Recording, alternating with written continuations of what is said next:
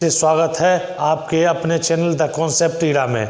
आज हम लोग क्वाड्रेटिक इक्वेशन के एक चैप्टर एक एक्सरसाइज का थ्रू आउट सॉल्यूशन करेंगे, एक्सरसाइज 4.2 का। जी हाँ, जो कि आप लोग जानते हैं कि क्वाड्रेटिक इक्वेशन के बहुत सारे वीडियोज आप लोग को मैं उपलब्ध करा चुका हूं द कॉन्सेप्ट इरा चैनल के माध्यम से, क्योंकि आप जानते हैं द कॉन्सेप्ट इरा चैनल का जो शुरुआत किया गया है, जो मोटो है, वह इस तथ्य पर है कि हम गणितीय अवधारणाओं का विकास इस हद तक कर देंगे कि आप खुद ही प्रॉब्लम को सॉल्व करेंगे। तो चलिए स्टार्ट करते हैं, लेट अस स्टार्ट। तो आपका ये एनसीईआरटी का बुक है, एनसीईआरटी बुक से कोई आप एक्सरसाइज 4.2 क्वाड्रेटिक इक्वेशन का थ्रू आउट सॉल्यूशन करेंगे। जी हाँ साथियों, तो पहला है 1 नंबर का यहाँ पर है, कहता है find the root of the following quadratic equation by factorisation. कह रहा है find the root of the following quadratic equation by factorization। जी हाँ, by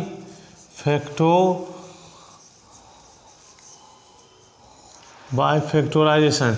जी, फैक्टराइजेशन करके यानी गुणन पद्धति से फैक्टर निकाल के, है ना, इसका जो है रूट्स निकालने के लिए कहता है। तो पहला नंबर हमारा है, फर्स्ट नंबर कहता है x² minus 3x minus 10 equal to 0। जी हाँ, तो इसमें करना कुछ नहीं है, हमें ये दोनों टर्म के जो कोफिशिएंट रहते हैं quadratic equation ax² plus bx plus c equal to 0 के फॉर्म में होता है। ये मैं बता दिया हूँ, पहले भी बहुत सारे वीडियोज क्वाड्रेटिक इक्वेशन पर आ चुके हैं। तो फिर x² और ये टर्म को 10 को इस तरह का दो फैक्टर निकालेंगे, 10 का इस तरह का निकालेंगे फैक्टर 5 × 2, और इसको जोड़ने या घटाने पर हमें बीच वाला टर्म आ जाना चाहिए। तो देखिए बिल्कुल आ रहा है। तो इसमें क्या करेंगे, इसको लिख सकते हैं x² minus 5x plus 2x minus 10 equal to 0। जी हाँ, ये जो है माइनस 5x प्लस 2x करेंगे तो माइनस 3x आ जाएगा। माइनस 3x के बदले में हमने ये लिखा है, कोई आपको दिक्कत नहीं होगी इसको समझने में, बिल्कुल आसानी तरीके से समझ सकते हैं। अब x को बाहर लिया तो x माइनस 5 हो गया। जी हाँ, यहाँ से x को बाहर लिया तो x माइनस 5 हो गया, है ना। अब यहाँ से लिए अब मैंने प्लस 2, तो फिर से x माइनस 5 हो गया बराबर 0। अब x माइनस 5 को कॉमन ले लिया हूँ मैं, तो यहाँ से आ जाता है x प्लस 2 इक्वल टू 0। जी हाँ साथियों, अब यहाँ से दो बात होगी, एक बार x माइनस 5 इक्वल टू 0 हो जाएगा, एक बार x प्लस 2 इक्वल टू 0 हो जाएगा। तो लिखिएगा कि when x minus 5 equal to 0 x equal to 5।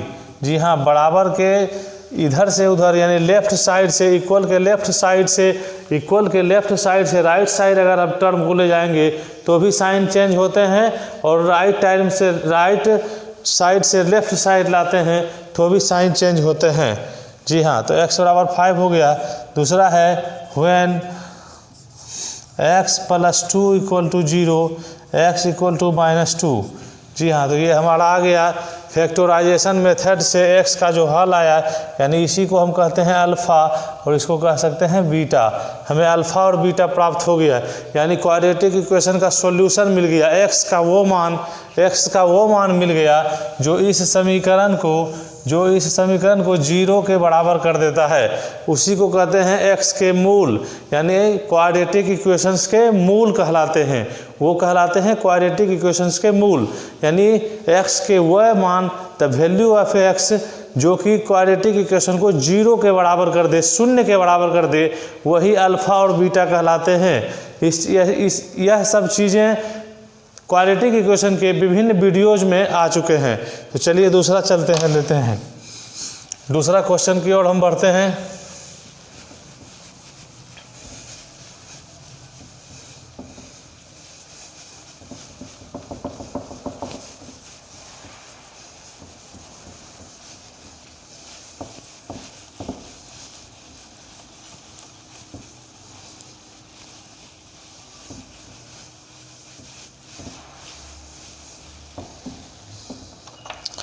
दूसरा हमारा क्वेश्चन है 2x स्क्वायर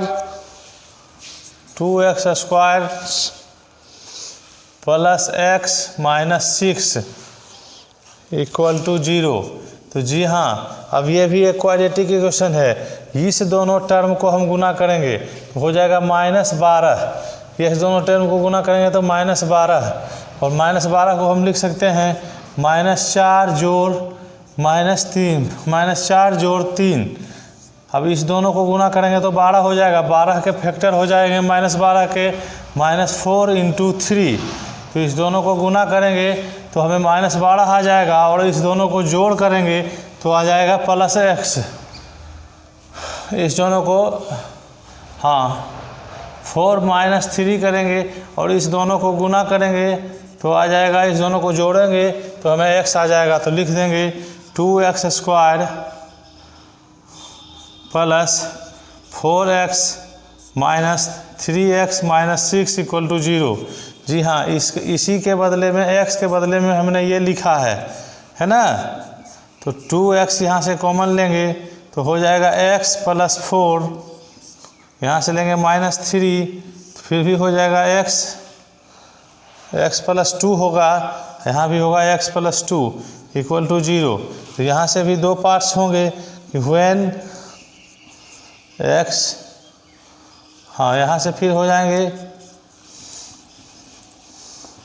यहाँ से हो जाएगा x प्लस 2 बाहर लेंगे तो आ जाएगा 2x माइनस 3 बराबर 0। जी हाँ, अब यहाँ से दो पार्ट होना है, when x plus 2 equal to 0, x equal to -2, और यहाँ हो जाएगा व्हेन 2x माइनस 3 बराबर 0, x equal to -3/x equal to +3/2। इसी को कहते हैं अल्फ़ा और यह कहलाएगा बीटा। जी हाँ, हम एक्सरसाइज 4.2 जो NCERT के बुक्स में है उसका थ्रू आउट सॉल्यूशन कर रहा हूं, और जो बच्चे हमारे क्वाड्रेटिक इक्वेशन के प्रत्येक वीडियोज़ को देखे होंगे वह जो है आसानी से फैक्टराइजेशन मेथड क्या है, फैक्टराइजेशन मेथड का एक कंप्लीट वीडियो ही मेरा बना हुआ है। उस वीडियोज़ को अगर आप देखते हैं तो कम्प्लीटली यह मैं कम्प्लीटली कह सकता हूं कि आप उस सारे क्वेश्चंस को थ्रू आउट सॉल्यूशन कर पाएंगे जो कि अभी हो रहा है। तो दूसरा नंबर भी हमारा हो गया। चलते हैं नेक्स्ट।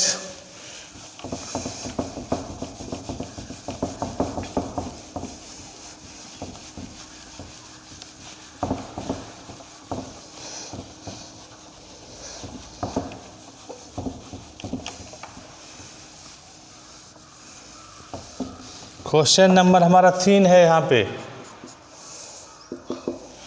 क्वेश्चन नंबर 3 कहता है √2x स्क्वायर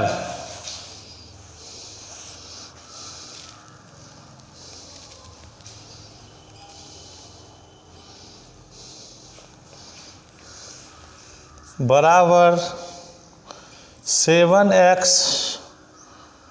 प्लस 5√2x 5√2 बराबर 0। जी हाँ, यही हमारा कह रहा है। तो इसको पहले सही से असेंबल कर लेते हैं। √2x square minus 7x minus 5√2 equal to 0। जी हाँ, अब इसका मान हो गया 10। इस दोनों को गुना करेंगे तो 10 आएगा, इस दोनों को गुना करेंगे तो √2 इंटू 5√2 का मान आएगा 10। जी हाँ, और यहाँ माइनस लगा हुआ है, -5√2 तो -10 हो जाएगा। -10 को हम लिख सकते हैं -10 को -5 इंटू +2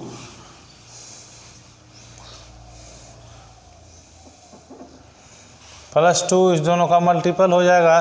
तो इसको हम ऐसे लिख सकते हैं √2x² -5x -2x -5√2 बराबर 0 इक्वल टू 0। यहाँ से हम लेंगे कॉमन √2x कॉमन ले लिया तो √2 सॉरी यहाँ जो है थोड़ा सा अंतर हो गया, थोड़ा सा दिक्कत है।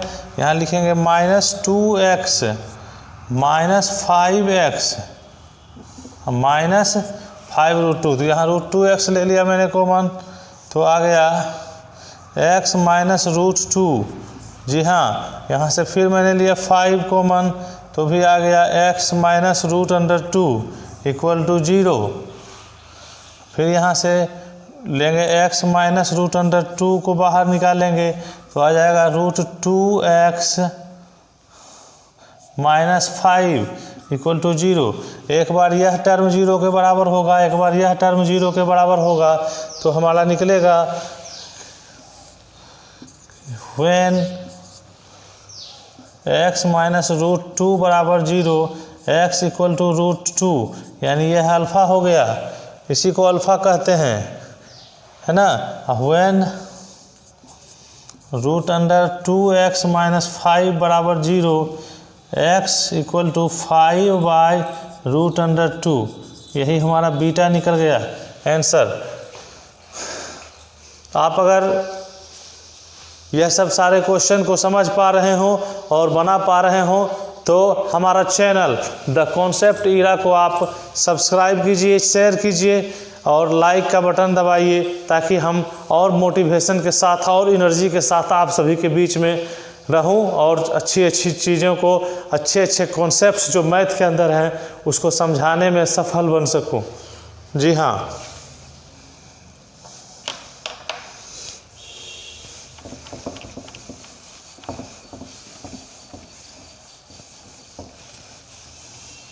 फैक्टराइजेशन मेथड्स में कुछ ज़्यादा करना नहीं रहता है। फैक्टराइजेशन मेथड्स में a/c का 2 ऐसे फैक्टर निकालने रहते हैं। a/c का फैक्टराइजेशन मेथड्स में a/c का 2 ऐसे फैक्टर निकालने रहते हैं जिसको मल्टीपल करने पर वह a/c हो जाए, लेकिन जिसको जोड़ने पर बीच वाला टर्म जो है b मिल जाए। फैक्टराइजेशन टर्म में a/c करते हैं और इसके ऐसे फैक्टर निकालते हैं जिसको जोड़ने पर ये हमारा b मिल जाए, यानी ऐसे a/c के ऐसे फैक्टर निकालते हैं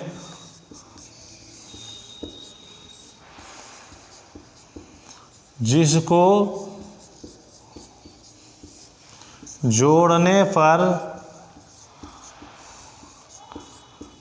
ये b प्राप्त होता है हमको, जिसको जोड़ने पर b प्राप्त हो, इसी को कहते हैं फैक्टराइजेशन मेथड्स का मेन नियम। तो तीसरा हो गया। चौथा नंबर क्वेश्चंस पर हम आते हैं। जी हाँ साथियों, बारी बारी से हम सारे क्वेश्चंस को डील कर रहे हैं। चौथा नंबर क्वेश्चन है 2x² - x + 1/8 इक्वल टू 0। जी हाँ, इस टर्म ये वाला जो है काफ़ी इम्पोर्टेंट लग रहा है। इसको जो है कुछ नहीं करना है। 2 ये वाला टर्म 2 × 1/8 हो गया, यानी कि 2/8 हो गया। कैंसिल कर देंगे 1/4 हो जाएगा। जी हाँ, 1/4 हो जाएगा। तो हम क्या कर सकते हैं, 1/4 को इस तरीके से लिखेंगे 1/4 × 1/4। 2/8 है तो 1/4 × 1/4 करेंगे तो 1/16 हो जाएगा, जो कि गलत हो जाएगा। तो क्या करेंगे, इसको 1/4 को लिखेंगे 1/8 इंटू 1/8, दोनों को मल्टीप्लाई करने पर हमको 1/8 इंटू 1/8 करेंगे तो नहीं आएगा, 1/8 इंटू 2/8। सर्वप्रथम जो है बीच वाला टर्म हमें मिलना चाहिए, है ना।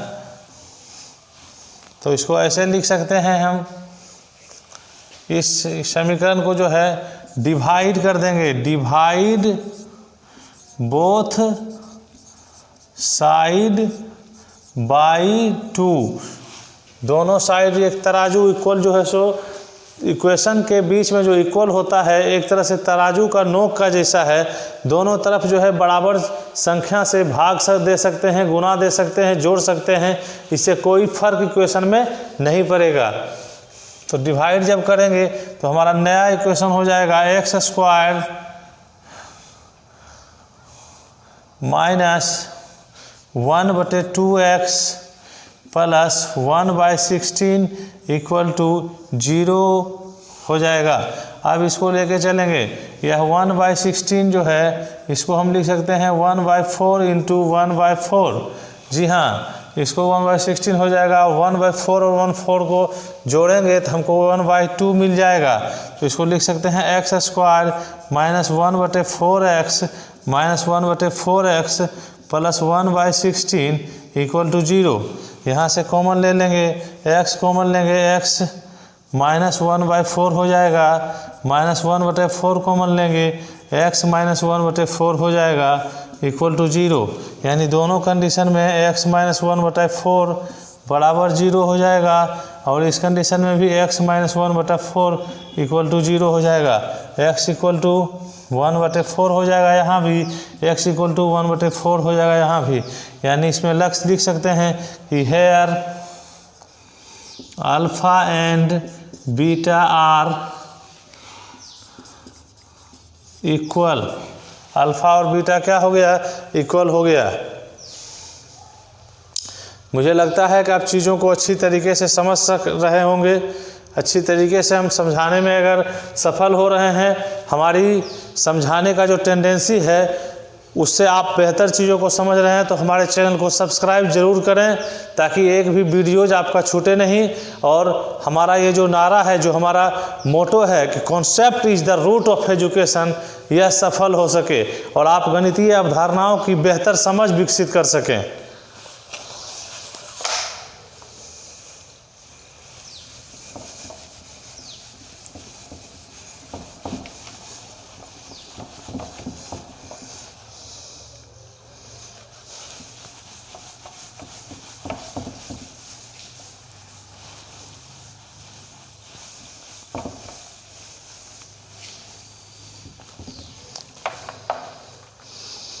अब हमारा 5वां नंबर क्वेश्चन है 100x square minus 20x plus 1 बराबर 0। तो आप देख लीजिए, इसको और इसको मल्टीप्लाई करेंगे तो 100 आएगा, और 100 को हम लिख सकते हैं 10 इंटू 10 इक्वल टू 100, और इसी को 10 जोड़ 10 करेंगे तो हमें मिल जाएगा 20, बीच वाला टर्म मिल जाएगा। यही करना होता है कि इस दोनों का जो मल्टीपल लेंगे, मल्टीप्लिकेशन करेंगे, गुना करेंगे, उसका जो है ऐसा फैक्टर हम निकालें जिसको जोड़ने पर हमको बीच वाला टर्म मिल जाना चाहिए। तो यही मिल रहा है, तो इसको हम लिख सकते हैं कि 100x square minus 10x minus 10x plus 1 equal to 0। फिर से यहाँ से हम लेंगे 100, यहाँ से लेंगे 10x कॉमन ले लेंगे तो हमको मिलेगा 10x माइनस 1।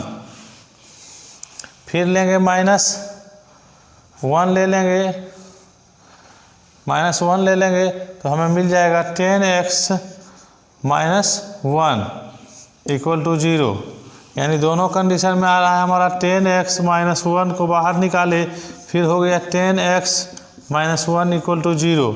तो ये एक बार ये 0 के बराबर होगा और एक बार यह 0 के बराबर होगा, क्योंकि हम जानते हैं मैथमेटिक्स के बेसिक कॉन्सेप्ट में कि दो संख्या को जब हम गुणनफल करते हैं तो उसमें कम से कम एक संख्या 0 होगा, तभी दो संख्याओं का गुणनफल 0 हो सकता है।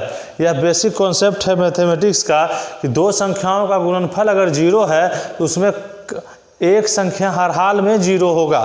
तो एक बार हम इसको 0 के बराबर कर लिए, एक बार इसको 0 के बराबर कर लिए, तो हमारा हो गया 10x - 1 equal to 0, x equal to 1/10। इसी को कहते हैं बराबर अल्फ़ा हो गया ही। वैन दूसरा बार है कि 10x - 1 equal to 0, x equal to 1/10, ये हो गया beta. Here also alpha and beta are equal. जी हाँ, यहाँ फिर से अल्फ़ा और बीटा दोनों क्या है, इक्वल है। चलते हैं नेक्स्ट क्वेश्चन के साथ, आगे बढ़ते हैं।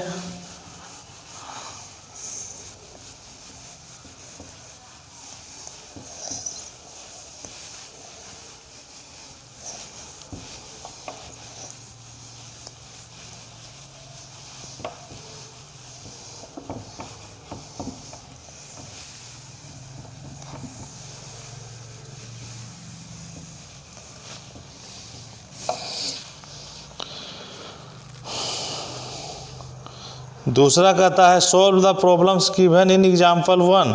अब भाई एग्जाम्पल 1 को हमको ढूंढना पड़ेगा। दूसरा नंबर कहता है, अब यहाँ से ये ख़त्म हो रहा है, कह रहा है दूसरा number solve the problem in example 1। भाई तो एग्जाम्पल 1 में क्या है दिया हुआ, इसको हमें सॉल्व करना पड़ेगा।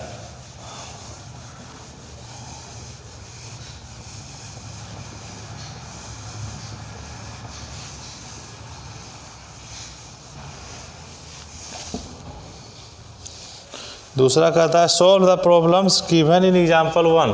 तो एग्जाम्पल 1 में क्या था, इसी को सॉल्व करना है। तो एग्जाम्पल 1 में देखेंगे क्या दिया हुआ है। एग्जाम्पल 3, जी हाँ,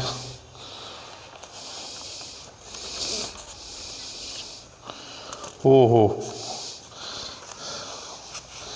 अब एग्जाम्पल 1 में बहुत सारे क्वेश्चंस हैं, इसको हमें बारी बारी से डील करना है। तो इसको छोड़ते हैं, इसको आगे बढ़ के इससे आगे देखते हैं, क्योंकि बहुत सारे क्वेश्चंस हैं।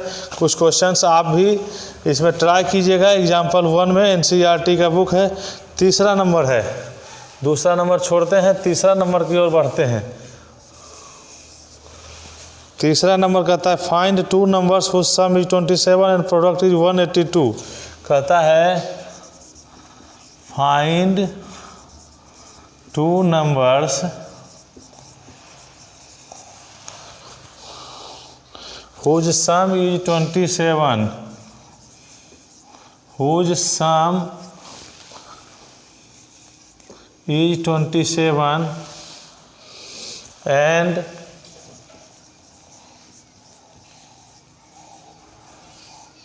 product is 182। जी हाँ, दो संख्याओं का गुणनफल दिया हुआ है 82, है ना। तो वैसे दो संख्या हमें ढूंढना है जिसका प्रोडक्ट जो है 182 के बराबर होता है। तो सबसे पहले हम 182 के फैक्टर्स निकाल लेंगे, है ना। तो 2 से करेंगे 2 9 जा 18 1, और उसके बाद करेंगे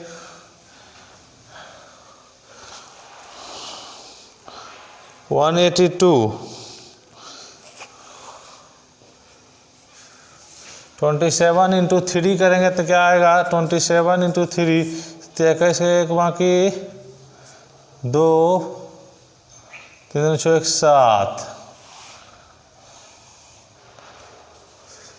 3 दूनी 6 2 8 7 21 एक बाकी 2 3 दूनी 6 2 8 81 2 9 18 3 से भी नहीं कटेगा ये 7 7 हाँ 7 से कटेगा, 7 से इसको काटेंगे 7 1 जा 7 2 3 बार में कट जाएगा, 13 फिर नहीं कटेगा। तो आप देखिए 27 कह रहा है कि इसका सम होना चाहिए, तो 14 एंड 13 को गुना करेंगे तो हमारा क्या आ जाएगा, सम आ जाएगा 27। जी हाँ, 14 और 13 को जब गुना करेंगे तो सम क्या आ जाएगा, 27 आ जाएगा। ठीक ना, तो यही होगा, इसका हो जाएगा 14 इंटू 13। जी हाँ, तो यहाँ लिखेंगे कि द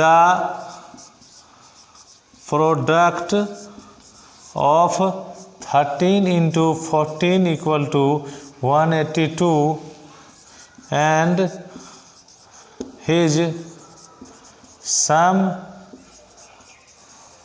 इक्वल टू, यानी 13 plus 14 equal to 27। Hence 13 and 14 are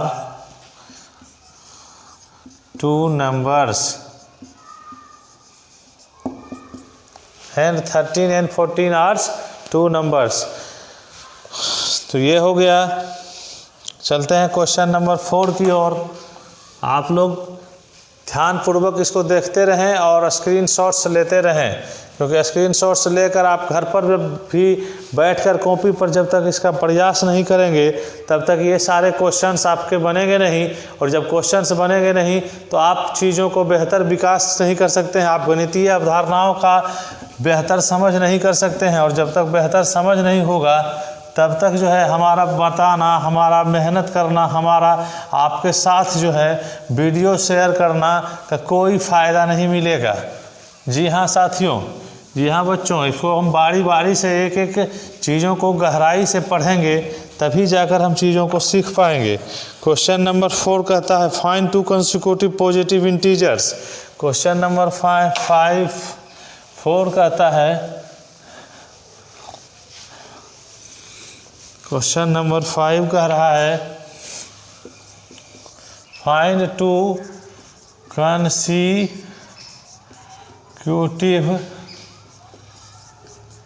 integers, find 2 consecutive integers, sorry consecutive positive integers, positive integers sum of whose square is 365, sum of whose square is 365। जी हाँ, तो हम मान लिया यहाँ पर let the first integers be x. तो आप सबको बता देते हैं कि दो इंटीजर्स के बीच में जो है, दो पॉजिटिव इंटीजर्स के बीच में जो है नंबर लाइन पर आप देखते होंगे एक का डिफरेंस रहता है, एक का डिफरेंस रहता है। तो हमारा पहला इंटीजर्स अगर x है तो second consecutive positive integers should be x + 1। अब सर जी दोनों का स्क्वायर दिया हुआ है 365, यानी कि according to the question x² + x + 1 का होल स्क्वायर इक्वल टू 365 है ना। x² + x + 1 का होल स्क्वायर बराबर 365। यहाँ से जो है हम 365 के फैक्टर्स निकालेंगे, 365 के फैक्टर्स निकालेंगे। 5 कैसे निकालें, 5 × 7 = 35 और 5 × 15। फिर करेंगे 73 को काटेंगे,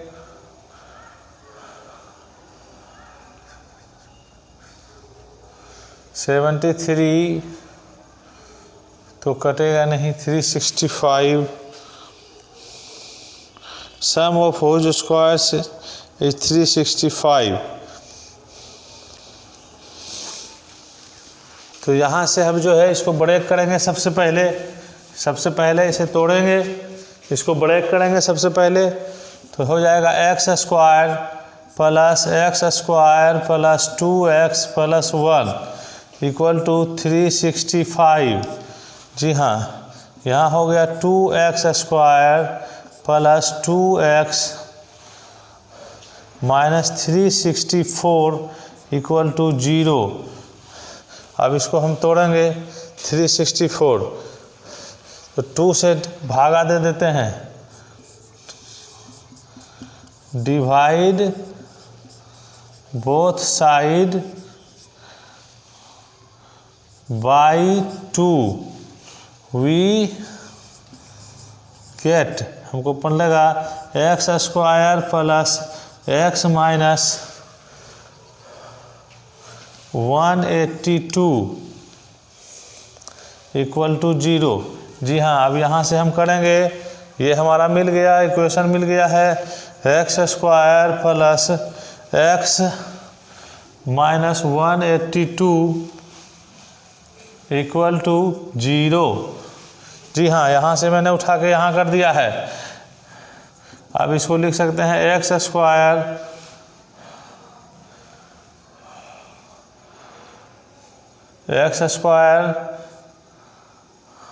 plus 14x minus 13x minus 182 equal to 0। यहाँ से हो जाएगा x कॉमन ले लिए, x प्लस 14, फिर से लिए माइनस 1 कॉमन ले लिए, माइनस 13 कॉमन ले लिए, तो हो जाएगा x प्लस 14 बराबर 0। जी हाँ, तो आ गया x minus 13 and x plus 14 equal to 0। तो यहाँ से दो वैल्यू मिला, when x minus 13 equal to 0, x equal to 13, और यहाँ से एक वैल्यू ये मिला, when x plus 14 equal to 0, x equal to 14 minus 14, x equal to minus 14। यही हमारा आंसर हो गया। आशा करते हैं कि आप विभिन्न क्वेश्चंस को आसानी से समझ रहे होंगे और आसानी से इसका हल निकालने में सक्षम बन रहे होंगे, क्योंकि जब तक आप खुद से करके नहीं देखिएगा, खुद से चीज़ों को ना समझिएगा, तो आप क्वेश्चंस को बेहतर नहीं समझ सकते हैं। जब तक आप खुद से करके नहीं देखिएगा, तब तक आप चीज़ों को बेहतर समझ नहीं सकते हैं। हम काफ़ी आसानी से यहाँ पर चीज़ों को हल कर रहे हैं, ताकि आपका विकास हो, आपका गणितीय अवधारणा जो है कि मैथमेटिकल कॉन्सेप्ट्स जो है वह बेहतर हो सके। जी,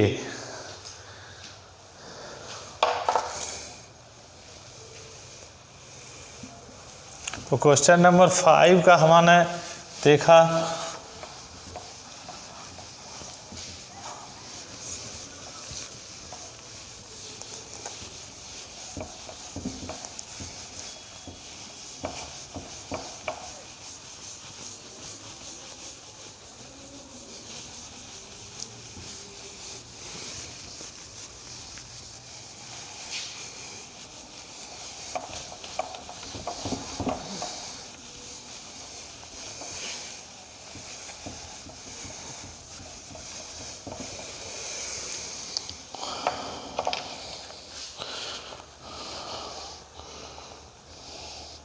क्वेश्चन नंबर 5 अब है, वो क्वेश्चन नंबर 4 था, ये क्वेश्चन नंबर 5 कहता है the altitude of A right triangle is 7 centimetre less than it's base. कहता है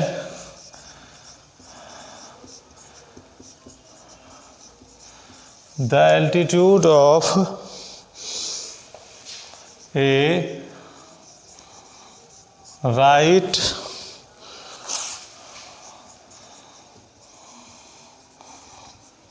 triangle is 7 centimeter less than its base। जी हाँ, if the hypotenuse is 13 centimeter, if the hypotenuse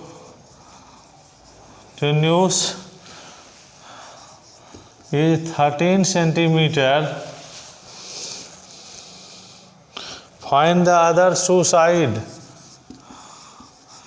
Find the other two side. या find the other two side, तो बिल्कुल देखिए ये right angle triangle आपका है, दे रखा है, इसको बेस मान लेते हैं। ये आपका जो है एल्टीट्यूड है, ये आपका हाइपोटेन्यूस है, ठीक ना। तो ये दिया हुआ है 13 सेंटीमीटर और कह रहा है कि the altitude of A right triangle, यानी राइट ट्रायंगल का जो लंब है, एल्टीट्यूड जो है ना, इस 7 centimetre less than it's base, वह उसके बेस से 7 सेंटीमीटर छोटा है। तो माना कि let the base of this triangle is x centimeter, then according to the question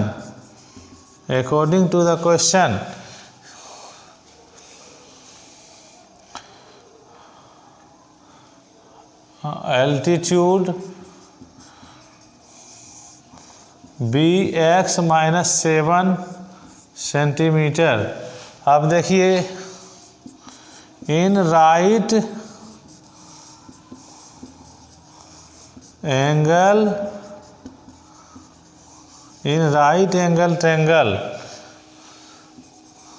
we know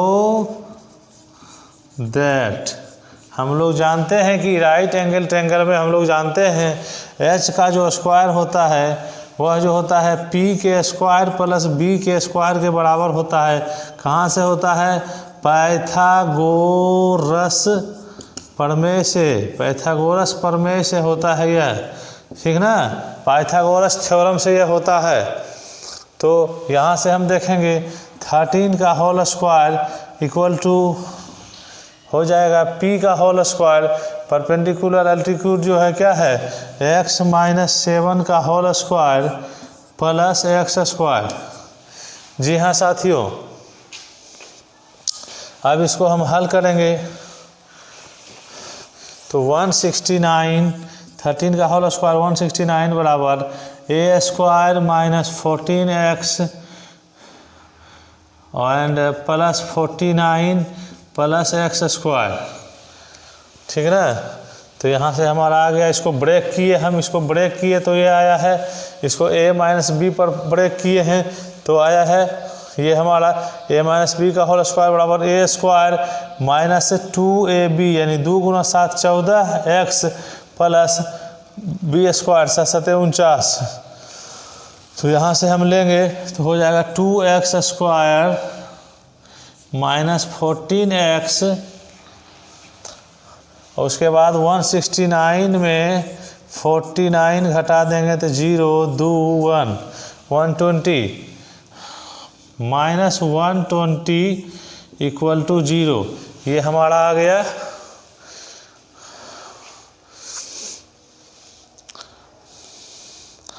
quadratic equation. अब इसको हम ब्रेक करेंगे और ब्रेक करके इसका मान निकालेंगे। तो थोड़ा ऊपर से इसको मिटाया जा रहा है।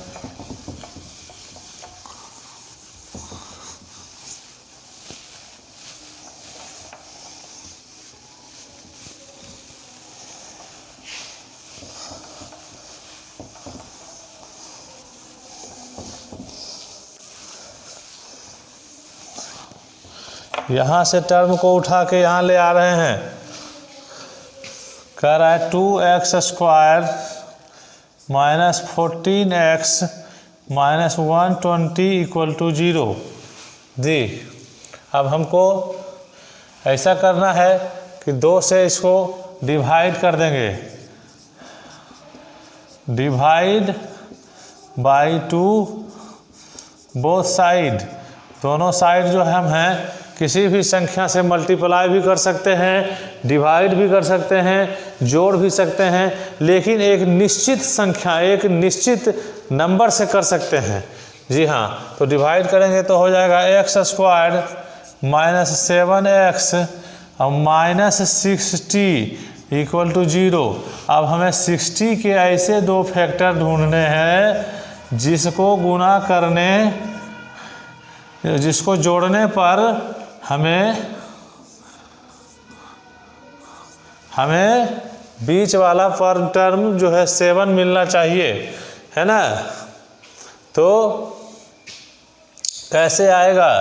12 5, जी हाँ, 2 गुना 3 एक जगह ले लेंगे और 5 एक जगह ले लेंगे। 2 दूनी 4 से 12 घटाओ 5 करेंगे तो क्या आएगा? 12 में 5 जाएगा तो 7 बचेगा। जी हाँ, तो हम यही इसी चीज़ का इस्तेमाल करेंगे।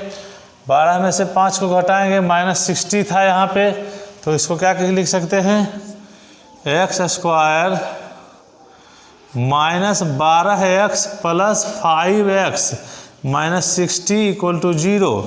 फिर यहाँ से आएगा x ले लेंगे कॉमन, x माइनस 12 आ जाएगा एंड प्लस 5 कॉमन ले लेंगे, x माइनस 12 इक्वल टू 0 आ जाएगा।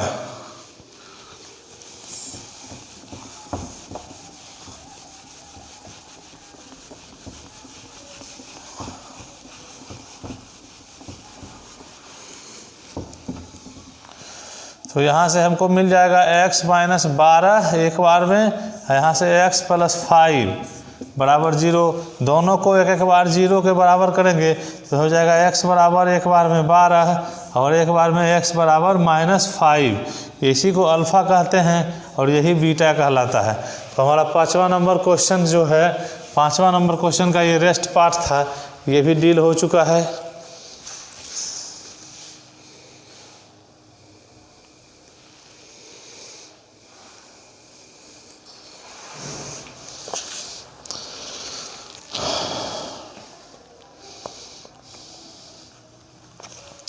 अब इसका क्वेश्चन नंबर 6 जो है उसको देखेंगे। आप काफ़ी अच्छी तरीके से चीज़ों को सीख रहे हैं, मेरी आशा है कि आप इससे बेहतर कर सकें। इसका एक क्वेश्चन है, क्वेश्चन नंबर 6, इसको आप ही के लिए छोड़ते हैं। क्वेश्चन नंबर 6 जो है यह आप खुद कर डू हिमसेल्फ, खुद ही बनाइए और कमेंट बॉक्स में x के मान यानी कि वैल्यूज को बताइए। जी हाँ, क्वेश्चन नंबर 6 जो है आप ही पर छोड़े हैं। आशा करते हैं कि अभी तक जितने भी क्वेश्चंस को हम थ्रू आउट सॉल्यूशन दिए हैं वो सभी चीज़ आप अच्छी तरीके से सीख रहे होंगे, समझ रहे होंगे और अपने गणितीय अवधारणाओं का विकास खुद से करके सीख रहे होंगे। क्योंकि जब तक आप इन्वॉल्व नहीं होइएगा, जब तक आप चीज़ों को समझिएगा नहीं, तब तक आप गणित में बेहतर कर ही नहीं सकते हैं, ऐसा मेरा दावा है। तो चलिए आज का सेशन यहीं समाप्त करते हैं, मिलते हैं फिर नेक्स्ट वीडियो में। जय हिंद।